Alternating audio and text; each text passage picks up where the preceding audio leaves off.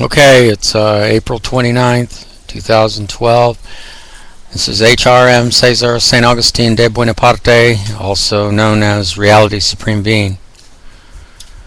You know, the sad part about this is I've been trying to work on a laptop I have. My funds are so limited now because of what the city of Los Angeles did over the last 3 decades, both for me and my twin. Anyway, it seems that some of my best stuff is thought of when I'm riding the bicycle or when I'm lying down taking a rest from all the stuff I have to do with the storage. Most of the stuff I have in storage is not worth much because the city forced me to move so many times that all of my valuables and things that were super important to me ended up in different cars and trucks and trailers, and I was constantly being forced to move. This is the earmarks, the definite permanent earmarks of a totalitarianistic government. I don't care how many of you in the country disagree with me. For me personally, you have committed acts of terrorism. You pay taxes, you kill other people's men, women, and children in other countries with your wars in Iraq, Afghanistan, Vietnam, Panama. I've shown the book, Addicted to War. I've talked about the DVD, Frank Durrell's DVD, Addicted to War, what I know about U.S. foreign policy. It really should be called U.S. foreign resource grabbing at any cost. It's like in the movie 3 Days of the Condor where Cliff Robinson at the end, and I've mentioned this before in one of my earlier videos, where Cliff Robinson says to Robert Redford, he says, people aren't going to care what we do to get it for them. If you ask people, what are they going to do when they have no heat for their homes, when there's no gas for their cars, when they're literally come to a stop? Well, they won't care. They'll just want you to get it for them. And that's very, very true. But what happens to people like me? In every act of interference that this government perpetrated on me, either directly, indirectly, whether it was on purpose or not on purpose, it doesn't matter. Your job as officials at all levels of government, state, federal, and local, is to protect the public, not to attack a person like me because I had cars and trucks and boats and motorhomes and I was planning to move out of California and you wouldn't even let me do that. You need to have signs in the beginning of the towns, like of LA and of all towns all over this country, that if the majority of people who've already made it, okay, not the ones who are already middle class, consider themselves successful, those are the ones that set the laws. Those are the ones who make the laws that attack people like me that haven't made it to where they're at yet. And this is why I tell you that the media is evil, the government is evil, and you're allowing it to control and hurt people like me. As a matter of fact, they're committing murder on me every day. I cough a lot. I found blood in my stools. I've said this repeatedly. I don't care anymore. They towed my bus finally. I don't know where they towed it to. The all-aluminum brill that I had for more than 20 years is now, I don't know where it is. I don't know where all my private notes. I can't write a story of my life, I can't write the story of my life of the atrocities that were committed on me by the cities, the counties, the states, the unfairness treatment, the terrorism, literally acts of terrorism were committed on me. Because all the proof is now gone. I can only talk about it verbally. And even that's going to be gone soon. So I hope you people are happy. I hope you're happy that you have murdered another person And you will sit up and say, oh, it's not my fault. I didn't do it. I'm just trying to survive, and I'm trying to be a law-abiding citizen. You can't be a law-abiding citizen in this country. If you pay taxes, you kill children in other countries. How many times do I have to say it till I'm blue in the face? I've spent lots of money.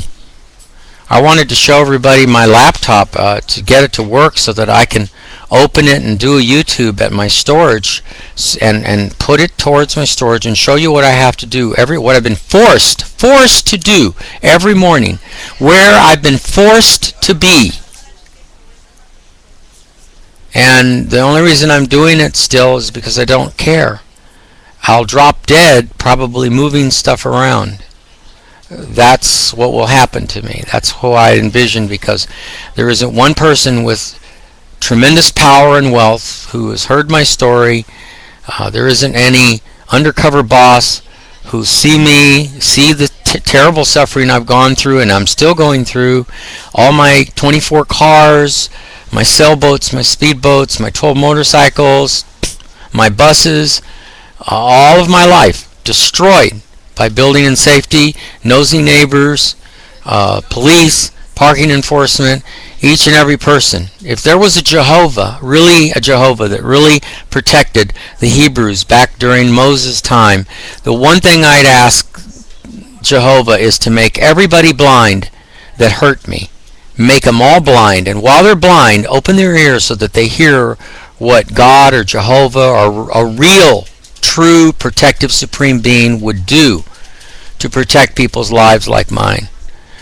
And would strike them all blind, and then, so that everybody can hear, make me 16 years old again. And then let them know that I'm going to be able to live my life over again, that I'm going to be able to rebuild and redo all my research all over again, and that nothing in the universe is going to stop me. Not even death. That would be the ultimate revenge. I wouldn't have to kill anybody, wouldn't have to curse at anybody anymore. I know that I would have been, how would you say it, amends, the true and proper amends has been made to me.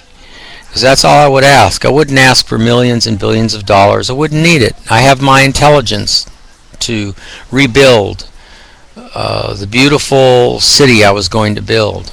And I was almost there. I had 40 acres in Colorado, not once, but twice. I had all the drilling equipment. I had everything to make geothermal energy there. I had everything. And you people came and destroyed it. You trapped me here in Los Angeles. Your crappy laws. Your crappy prejudices. You applied your laws to me with such extreme prejudice that you've left me literally valueless. My self-esteem is destroyed. I don't care. I'm not eating well now, and I'm certainly not drinking enough water, and I'm doing that on purpose because I just don't care. You got that? It's over for me. I don't care about you people. If a fire department comes and picks on me and I have enough consciousness left, I will curse at them and tell them, don't you dare touch me. You're the people that came to my house, took my cars, my boats, pulled everything out of that yard at DeSoto and Hart in Canoga Park. You destroyed my life. And before that, you destroyed it at Wilson's Canoga Feed. And before that, and you'll get some real smart asses that'll say, well, the Orange Line's being built there now. Wrong. The Orange Line was not there in 2002. Before 2002, you started destroying my life. And before that, you were destroying my life. There are so many numerous attacks on my life that I had to write them all down, and now you've taken all the cars and all the evidence is gone, everything. So I hope you're all happy. I hope Obama that you're happy, that you're such a chicken crap person that you can't even answer a debate to a dying man who's also listed as running for president. You know why? Because a dying man's words on a stage would make you all look so shameful that dying man would be elected president immediately, right there and then on the stage. Before that debate is over even. People would be so pissed off from every walk of life that they would immediately do a revolt. They take their money out of the banks. They threaten to do all the stuff I've told people to do to stall this country's financial progress until I am in absolute dictatorial power. That is what I believe the true citizens of the United States would do to make all of you realize who's really in charge. Not the Bilderberg, not the Trilateral Commission, but a person who has nothing to lose. What have I got to lose? What am I going to exert my power and do all this dictatorship bad stuff because I'm dying? That's not the act of a true supreme being. Even if a supreme being is dying, they have to be an example to everybody else. That they have to be Gandhi-like. They have to resurrect all the true good laws that all the evil people today have buried through their lust for money, the fines, the tickets, the parking tickets, the awful abuse that you people just crank that terrible machine and hurt people.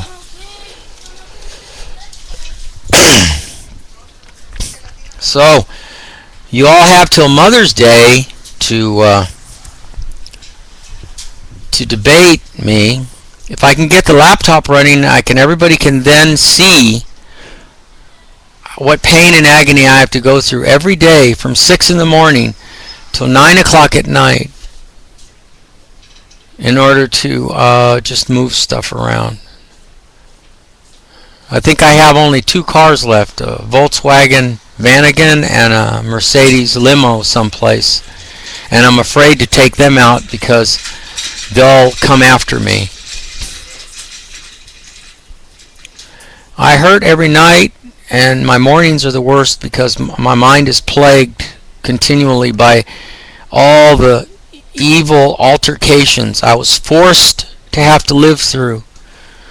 The false reports that people did, the false police reports, just because they didn't like my trucks and cars, the slashing of my tires over and over again just so my vehicles would get towed away, with them hoping that I won't have enough money to pull them out of the tow yards so that they wouldn't have to put up with it anymore.